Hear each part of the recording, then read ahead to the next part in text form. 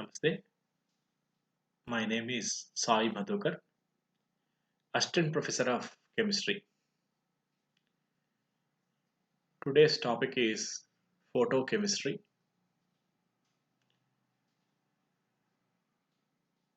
After listening this class, you may able to say what is quantum field and for which reactions the quantum field is very high and for which reaction the quantum is very low, along with the Zawolinsky diagram for explanation of fluorescence and phosphorescence. కాంతి రసాయన శాస్త్రం అనేటువంటి పాఠ్యాంశాన్ని ఈరోజు మనం నేర్చుకోబోతున్నాం. ఈరోజు పాఠ్యాంశం ద్వారా మనకు quantum దక్షత, అధిక క్వాంటం దక్షత కలిగినటువంటి చర్యలు మరియు అల్ప క్వాంటం దక్షత కలిగిన చర్యల గురించి తెలుసుకుంటారు. అదేవిధంగా స్ఫురదీప్తి, ప్రతిదీప్తి గురించి తెలుసుకుంటూ వాటి యొక్క వివరణాత్మకమైనటువంటి జాబలాన్స్కీ నిర్మాణం ద్వారా, చిత్రం ద్వారా మనం ఈ అంశాలను నేర్చుకోబోతున్నాం. సో మొదటి అంశం క్వాంటం ఎఫిషియన్సీ.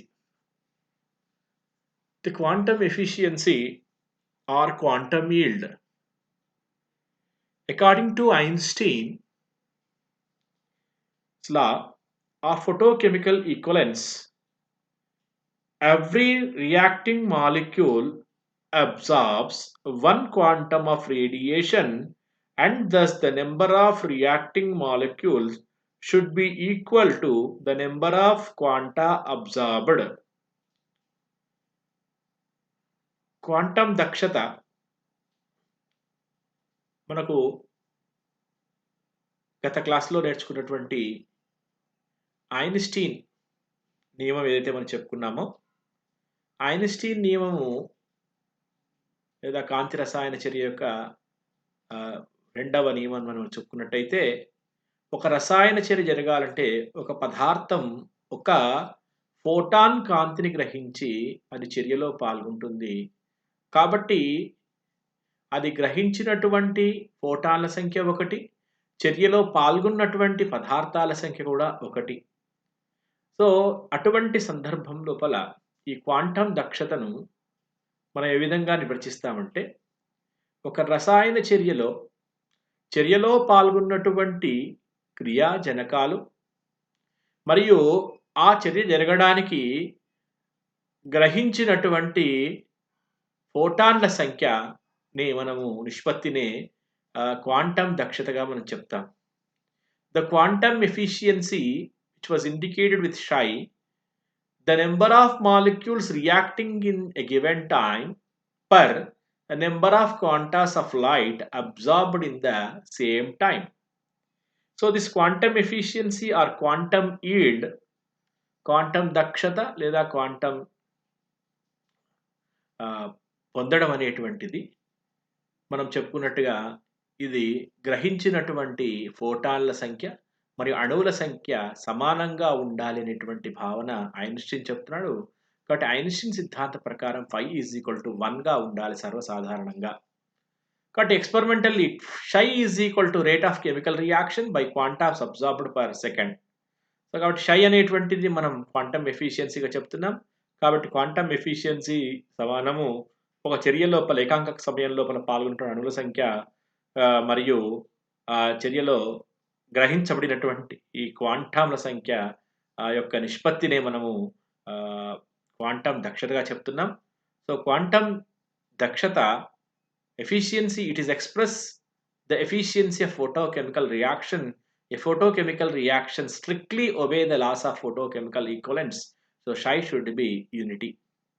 బట్ ఇందాక మనం చెప్పుకున్నటువంటి ఐన్స్టీన్ సిద్ధాంతం ప్రకారం psi అనేటువంటిది ఎల్లప్పుడూ ఏకాంకంగా ఉండాలి. ఎందుకంటే చర్యలో పాల్గొనేటువంటి అణువుల సంఖ్య మరియు అది గ్రహించినటువంటి క్వాంటంల సంఖ్య ఎల్లప్పుడూ సమానం ఉండాలని చెప్పుకున్నాం. కాబట్టి షై అనేటువంటి సర్వసాధారణంగా ఒకటికి సమానంగా ఉండాలి. యూనిటీగా ఉండాలి.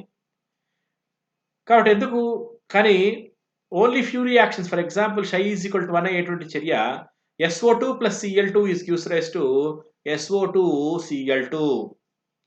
For example, for this Psi is equal to one type of reaction, SO2 plus Cl2 is gives rise to SOCl2. But in major cases, Psi not equal to 1. కానీ చాలా సందర్భాల లోపల Psi అనేటువంటిది ఒకటికి సమానంగా ఉండదు.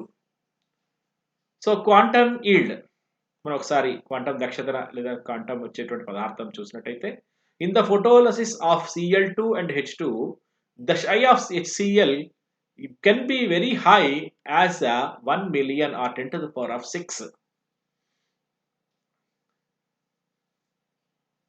ఒక చర్య చూస్తున్న మనము Cl2 మరియు H2ల మధ్య కాంతి సమక్షంలో చర్య జరిగినట్టయితే ఆ యొక్క HCl ఏర్పడినటువంటి షై ఈజ్ HCl అనేటువంటి చర్య మనకు 1 మిలియన్ దాదాపు చాలా క్వాంటమ్ దక్షత కలిగి ఉంటుంది అనే విలువ 1 million that is 10 to the power of 6 గా మనకు ఉంటుంది.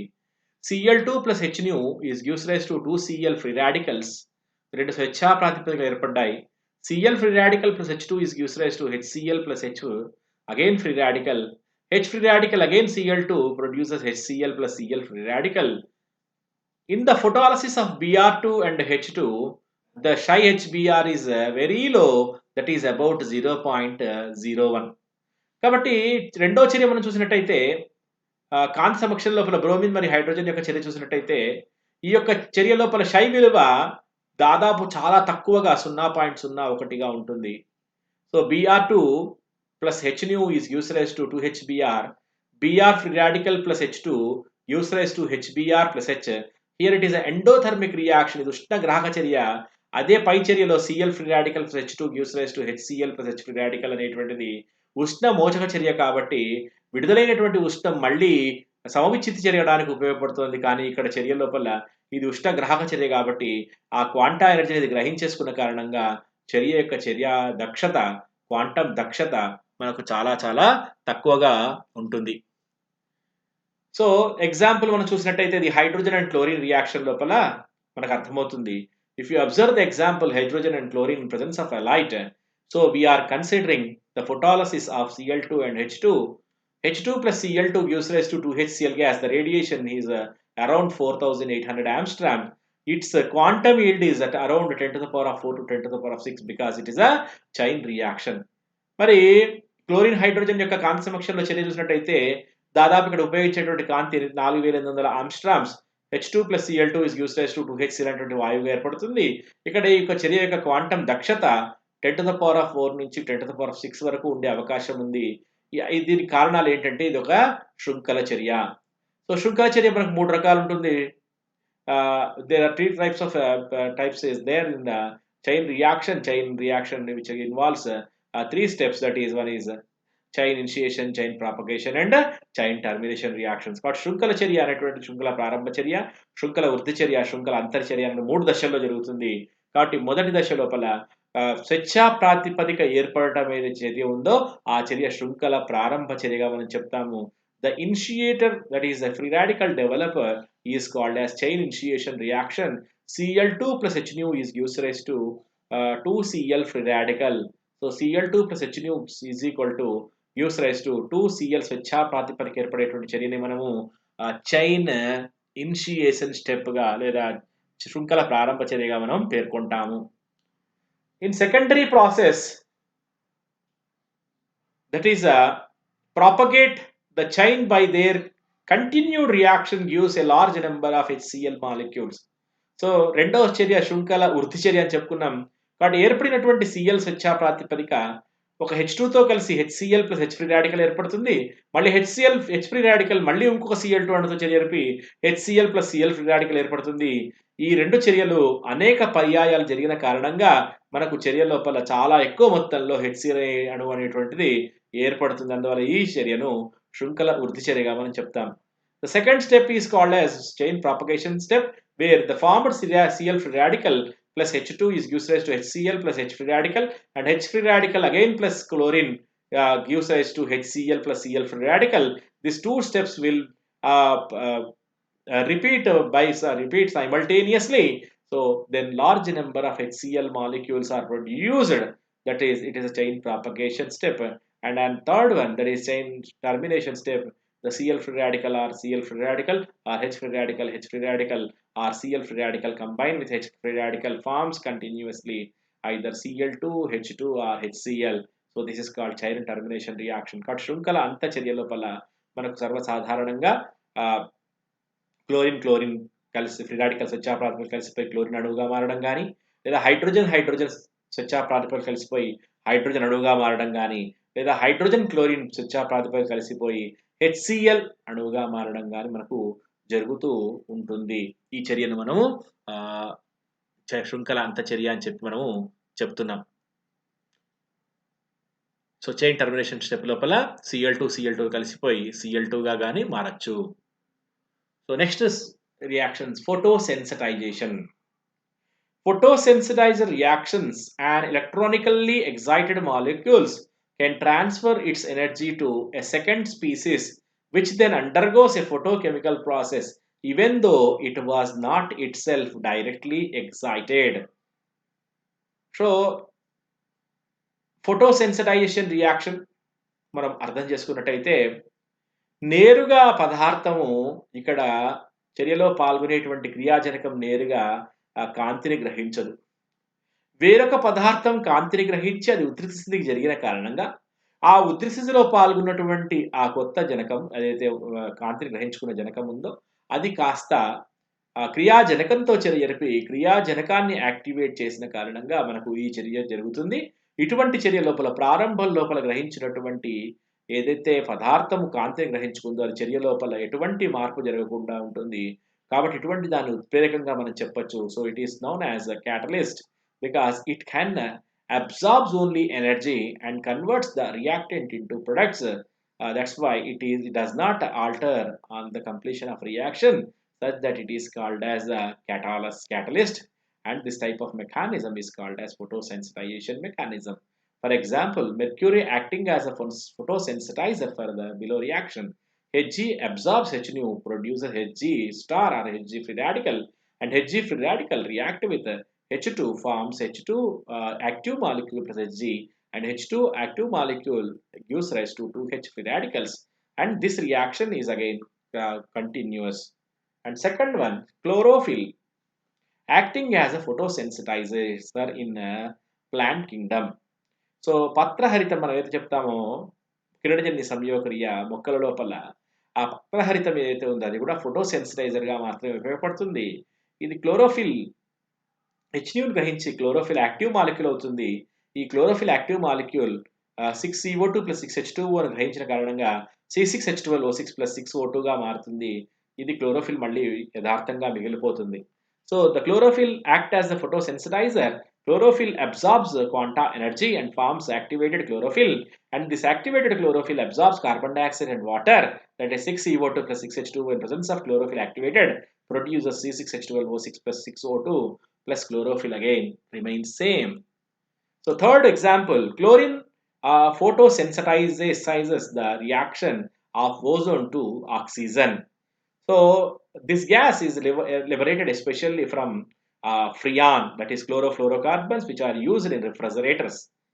మనం ఇళ్ల లోపల వాడేటువంటి శీతల యంత్రాలు ఏవైతే ఉన్నాయో రిఫ్రిజిరేటర్లు, ఆ రిఫ్రిజిరేటర్ నుంచి విడుదలయ్యేటువంటి వాయువు క్లోరోఫ్లోరోకార్బన్ అంటాం, ఫ్రియాన్ వాయువు అంటాం.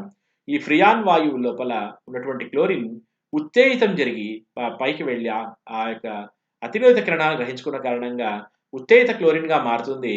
ఈ ఉత్తేజిత క్లోరిన్ కాస్త ఓజోన్ను విఘటన చెందించి ఆక్సిజన్గా మారుస్తుంది. కాబట్టి Cl2 ఉత్తేజిత అణువు plus O3 gives rise to Cl plus O2 plus O plus O3 gives rise to 2O2. ఈ విధంగా ఓజోన్ యొక్క విఘటనానికి క్లోరిన్ ఫోటోసెన్సిటైజర్గా మనకు ఉపయోగపడుతుంది. So the gas which is liberated from Freon gas chlorofluorocarbon which can absorbs ultraviolet light and forms chlorine sensitizer, and this chlorine sensitizer react with O3, forms Cl2 plus O2 plus O sensitizer. O sensitizer plus O3 gives rise to 2O2. So luminescence, the glow produced in the body by methods other than action of heat that is the production of cold light is called as luminescence. So which can have three types. We will discuss later. So luminescence కాంతి దీప్తి అంటే ఏంటంటే ఒక పదార్థము కొంత శక్తిని గ్రహించిన కారణంగా electron పై స్థాయికి వెళ్ళి తిరిగి కింది స్థాయికి వస్తున్నప్పుడు కేవలం చల్లటి కాంతిని మాత్రమే విడుదల చేస్తే తనకంటే తక్కువ అటు శక్తిని విడుదల చేస్తుంది కాబట్టి అటువంటి చల్లటి కాంతి విడుదల చేసేటువంటి దాన్ని మనము రసాయన దీప్తి లుమినెసెన్స్ దీప్తిగా ప్రతిదీప్తిగా మనం చెప్తాం. ఆ ప్రతిదీప్తి 3 రకాలు ఉంటుంది. దాని గురించి మనం మాట్లాడదాం. So theory of photochemistry. So photochemistry, a sub-discipline of a chemistry, is the study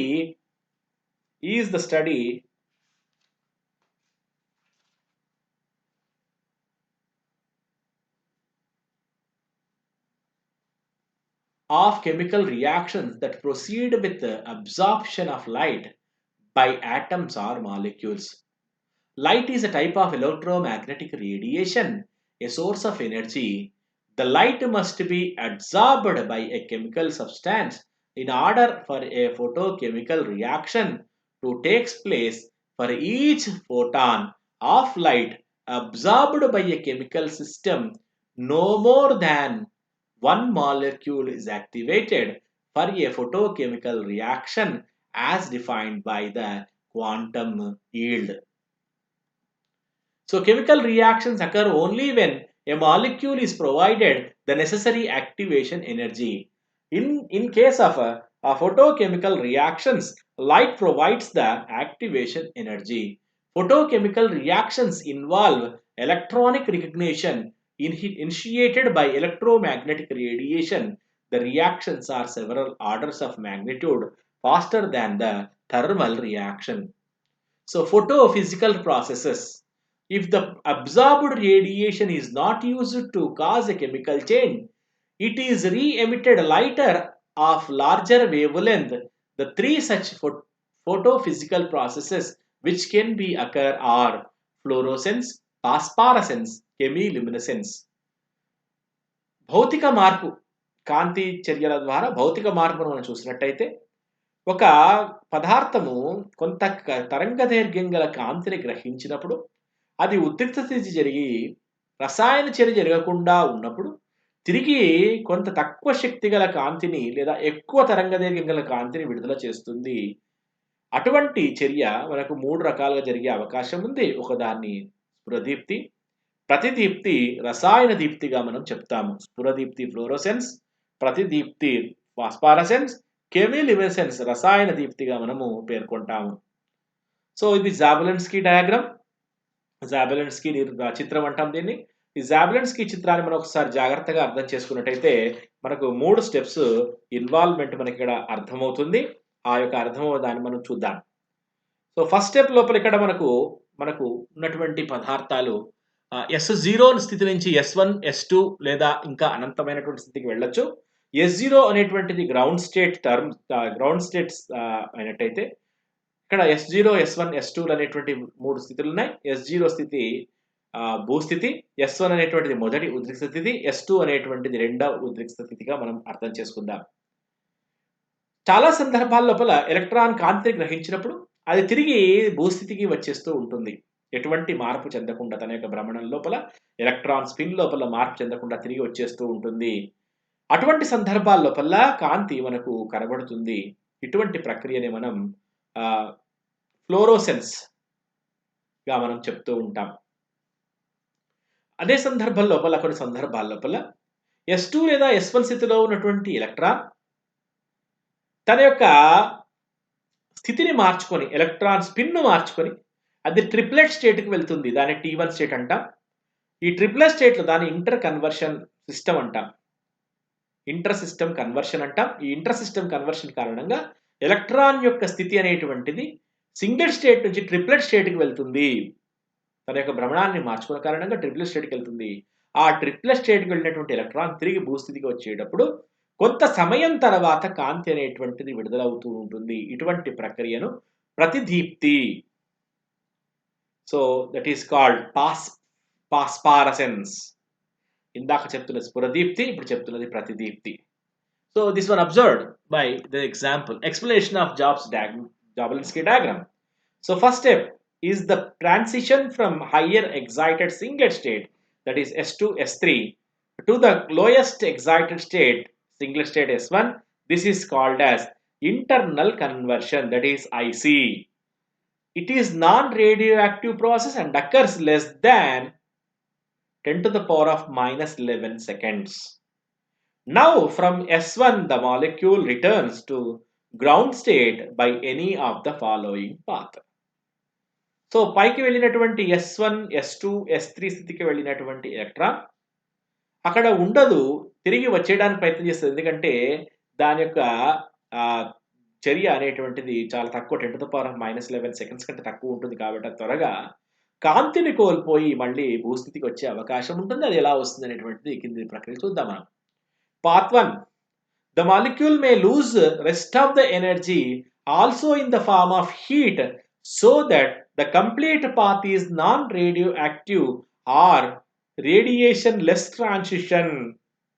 so మొదటి చర్య లోపల ఎలక్ట్రాన్ తన శక్తిని మరియు కోల్పోయినట్టయితే ఇక్కడ దీన్ని నాన్ రేడియో యాక్టివ్గా మనం చెప్తా ఉంటాము. అటువంటి సందర్భం లోపల విడుదలయ్యేటువంటి తరంగ దైర్ఘ్యం చాలా తక్కువగా ఉంటుంది. Second part, molecule releases energy in the form of light or UV radiation. This is called fluorescence. అలా కాకుండా ఆ యొక్క అణువు ఏదైతే ఉందో అది కొంత కాంతిని లేదా అతిలోహిత కాంతిని విడుదల చేసినట్టయితే అటువంటి ప్రక్రియను మనం ఫ్లోరోసెన్స్ లేదా మనం చెప్పుకున్నాం ఇందాకే స్ఫురదీప్తి ప్రతిదీప్తిగా మనం చెప్తూ ఉంటాం. Path 3. Some energy may be lost in transfer from S1 to T1 in the form of heat. It is called as inter-system crossing. ఇందాక మనం చెప్పుకున్నాం ఇంటర్-సిస్టమ్ క్రాసింగ్. కొన్ని సందర్భాల లోపల వేడిని కోల్పోతూ ఉష్ణాన్ని కోల్పోతూ ఆ S1 స్థితిలో ఉన్నటువంటిది T1 స్థితిలోకి మారినట్టయితే this process involves a transition between states of different spins, that is parallel to anti-parallel is different multiplicity. This path is non radio active. ఇది కూడా ఒక నాన్ రేడియో యాక్టివ్ స్థితి. ఇక్కడ ఎలక్ట్రానిక్ స్పిన్ మారుతుందని చెప్పుకున్నాము, సింగిల్ స్టేట్ నుంచి triple స్టేట్కి వెళ్తుందన్నాం. Fourth path, after ISC the molecule may lose energy in the form of light in going from excited triplet state to ground state. This is called as phosphorescence. నాలుగో stage లోపల inter system conversion అయినటువంటి ట్రిపులెట్ స్టేట్లోకి వెళ్ళినటువంటి electron ఏదైతే పదార్థం ఉందో ఆ పదార్థము కాంతిని కోల్పోతూ కొంత తరంగదైర్ఘ్యం గల కాంతిని కోల్పోతూ తరిగి సింగిల్ స్టేట్కి వచ్చేటువంటి ధర్మం ఉందో ఈ ధర్మాన్ని స్ఫురదీప్తిగా మనం చెప్తాం. స్ఫురదీప్తిగా మనం చెప్తాం. ఈ స్ఫురదీప్తి పాస్పారసెన్స్. సో మనకు అర్థమవుతుంది ఇక్కడ ఏం జరుగుతుంది అనేటువంటి ప్రక్రియ. Fluorescence and phosphorescence in terms of excitation of electrons. So first single state ground state లోపల రెండు ఎలక్ట్రాన్లు కూడా పరస్పర వ్యతిరేకమైన స్పిన్ కలిగి ఉన్నాయి. In singlet ground state S0, the two electrons are having opposite spin. Where in singlet excited state, it excited to S1. ఇది S1 స్థితికి ఎగ్జైట్ అయినప్పుడు కూడా ఎలక్ట్రాన్ యొక్క స్పిన్ లోపల ఎటువంటి మార్పు లేకుండా అలాగే మనకు వెళ్తుంది. కానీ ట్రిప్లెట్ స్టేట్కి వెళ్ళినప్పుడు ఆ యొక్క ఎలక్ట్రాన్ ఏదైతే ఉందో S1 స్థితిలో ఉన్నటువంటి ఎలక్ట్రాన్ తన యొక్క స్పిన్ను మార్చుకున్న కారణంగా రెండింటి యొక్క స్పిన్లు పెరిగిన కారణంగా 2n+1 that is equal to 2 ఎలక్ట్రాన్లు ఉన్నాయి కాబట్టి దీని యొక్క స్పిన్ మల్టిప్లిసిటీ 3 అవుతుంది కాబట్టి దీన్ని ట్రిప్లెట్ ఎగ్జైటెడ్ స్టేట్ అంటాం. సో ఇటువంటి సందర్భాల లోపల మొదటి స్థితి నుంచి మనకు ఫ్లోరోసెన్స్ వస్తుంది. రెండవ స్టెప్ నుంచి మనకు పాస్పారసెన్స్, మొదటి ప్రక్రియ నుంచి స్ఫురదీప్తి, రెండో దగ్గర నుంచి ప్రతిదీప్తి అనేటువంటి మనకు ప్రక్రియలు వస్తూ ఉంటాయి. సో ఫ్లోరోసెన్స్ అంటే ఏంటి అర్థం చేసుకుందాం. So certain molecules are atoms. Certain molecules are atoms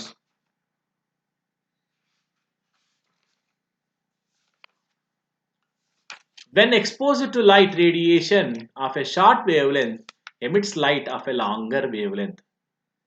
fluorescence అంటే ఇందాక మనం అర్థం చేసుకున్నాం. ఏదైనా అణువు లేదా పదార్థం పరమాణువు కొంత కాంతిని గ్రహించుకున్నప్పుడు అది ఉద్రిక్త స్థితికి వెళ్తుంది. ఆ ఉద్రిక్త స్థితికి వెళ్ళినటువంటి ఆ పదార్థం తిరిగి భూస్థితికి వచ్చేటప్పుడు కొంత ఎక్కువ తరంగదైర్ఘ్యం ఉన్నటువంటి కాంతిని అది విడుదల చేస్తూ ఉంటుంది.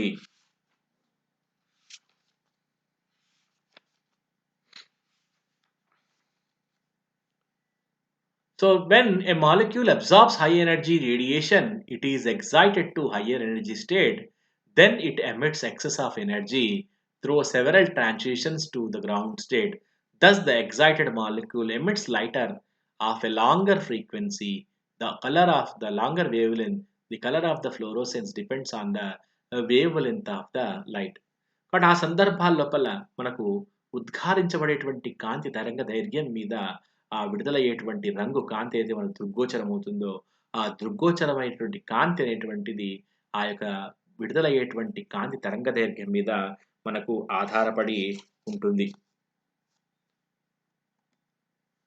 So fluorescence, certain substances when exposed to light or certain other radiations absorbs the energy and then immediately start re-emitting the energy. So ఇందాక చెప్పుకున్నాం ఫ్లోరోసెన్స్ అనేటువంటి ప్రక్రియ కాంతిని గ్రహించుకొని వెంటనే వదలడం ప్రారంభమవుతుంది. అందువల్ల ఇది ఇన్‌స్టాంటేనియస్ రియాక్షన్ చర్య. ఇది వెంటనే వెంటనే చర్య జరిగిపోతూ ఉంటుంది. సో, కాబట్టి కాంతిని తొలగించిన వెంటనే మనకు ఈ యొక్క ప్రక్రియ ఆగిపోతుంది. The substances are called as fluorescent substances and the phenomenon is called as fluorescence. And the phenomenon is called as fluorescence. So example for that one, organic dyes such as uh, fluorescein and eosin, when their solutions are placed in a daylight, they show fluorescence from green to violet color. Fluoride, naturally occurring calcium fluoride, fluoresces with blue light. Vapors of sodium, mercury, iodine, etc. also act as a fluorescent, and uranyl sulfate, that is UO2SO4, and the chlorophyll, green coloring matter of plant solution in either fluorescence, blood red, but appears green by transmitted light. So ఈ విధమైనటువంటి ఉదాహరణలు మనం చూసుకోవచ్చు. ఇందాక మనం చెప్పుకున్నటువంటి chlorophyll ఏదైతే ఉందో ఒక సందర్భం లోపల ఎరుపు రంగులో కనబడుతూ ఉంటుంది. ఒక సందర్భం లోపల ఆకుపచ్చ రంగులో మనకు కనబడుతూ ఉంటుంది.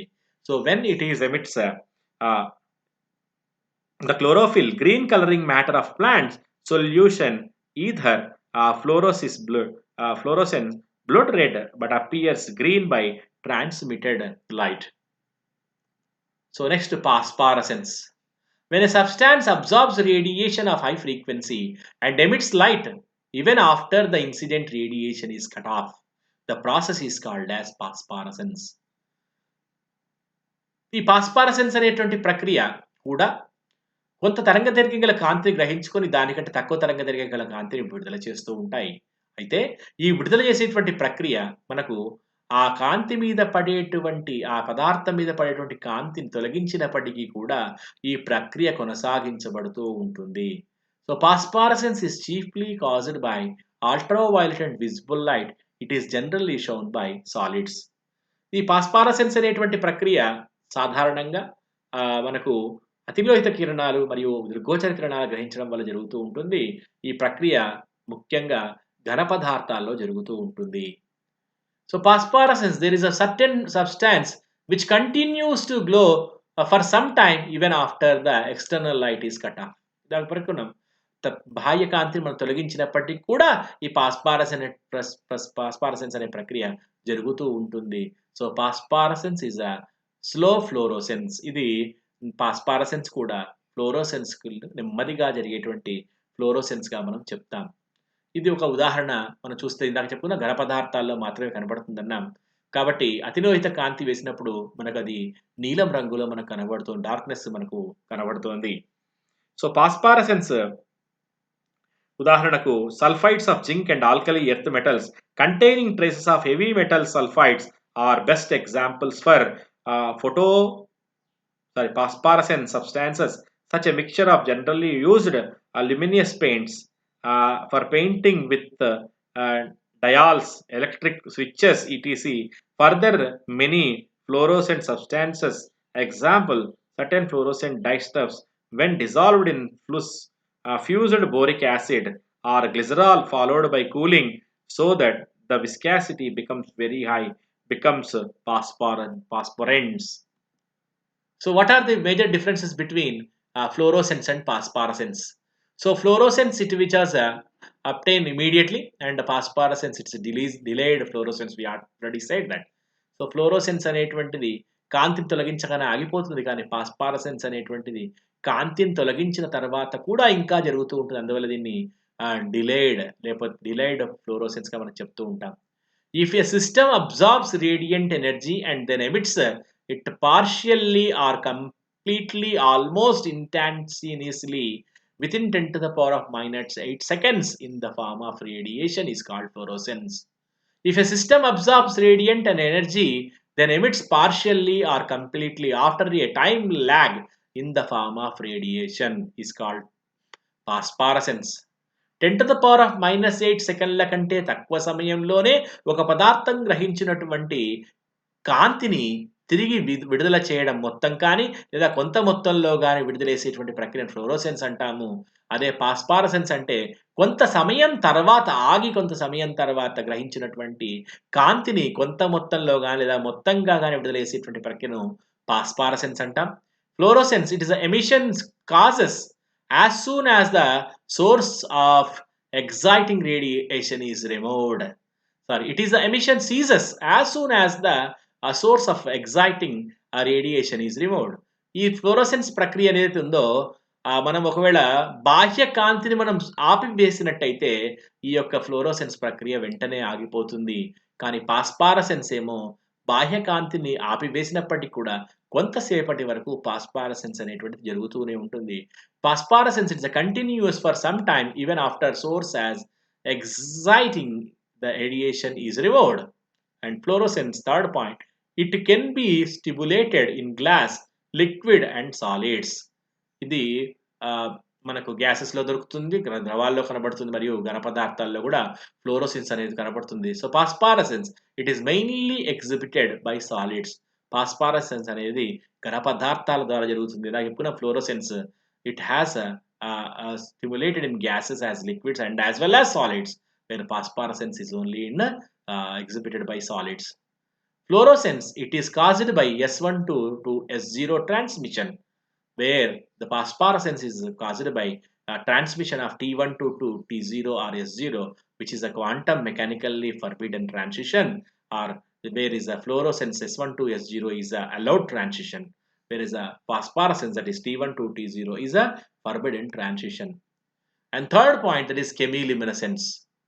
So some chemical reactions are accompanied by the emission of visible light. At ordinary temperature, the emission of light as a result of a chemical action is called chemiluminescence. The light emitted in a chemiluminescence reaction is also called cold light because it is produced at ordinary temperature.